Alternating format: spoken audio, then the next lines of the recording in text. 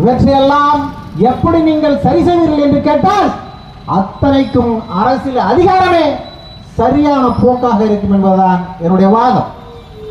என அன்பு உறவுகளே,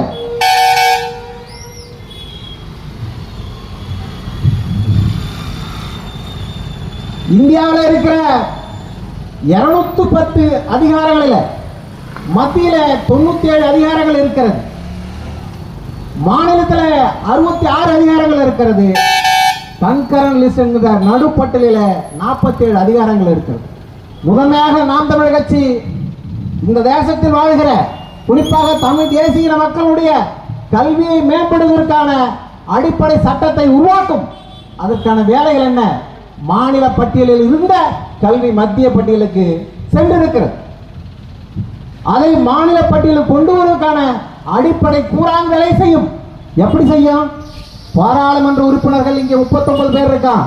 இதுவரையில பாராளுமன்றத்தில் கன்கரண்ட் லிஸ்ட்ல இருக்கிற இந்த தொகுதி எங்களுக்கு வேணும் அப்படின்னு ஒரு தனிநபர் சட்ட மசோதா அல்லது ஒரு கவன ஈர்ப்பு தீர்மானத்தை கொண்டு வந்திருப்பார்களா?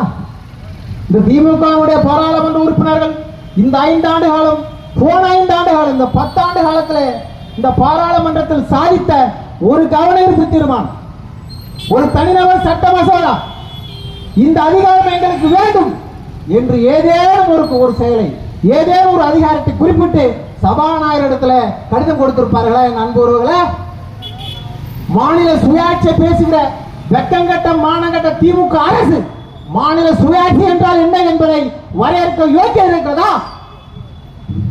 மாநில சுயாட்சி என்ன? அதுக்கு டெபினிஷன் என்ன? இந்தந்த அதிகாரங்கள் மாநிலத்திற்கு வேண்டும், இந்தந்த அதிகாரங்கள் மாநிலத்திலிருந்து மத்திக்கு செல்ல வேண்டும் என்கிற முறையோடு இவர்கள் மாநில சுயாட்சியை வரையறுக்கிறார்களா? மாநில சுயாட்சி வேண்டுகிற திமுக அரசு எதெல்லாம் மாநில சுயாட்சிக்கு வர வேண்டும், எதெல்லாம் வந்தால் மாநில சுயாட்சியாக முழுமையடையும் என்கிற அந்த அதிகார வரைவை இவர்கள் கொண்டு வந்திருக்கிறார்களா? இல்ல தெரிவித்திருக்கிறார்களா மக்களிடத்தில்? மத்தியில் இருக்கிற கல்வி பட்டியல் மாநிலத்திற்கு வந்தால் இது மாநில சுயாட்சி என்கிற கோட்பாட்டுக்கு வருவார்களா? இல்லை. மாநில சுயாட்சி என்கிற ஒற்றை போரினூடாக பாஜக அரசை எதிர்ப்பதே இவர்களுடைய முதன்மை குறிக்கோளாக இருக்கிறது.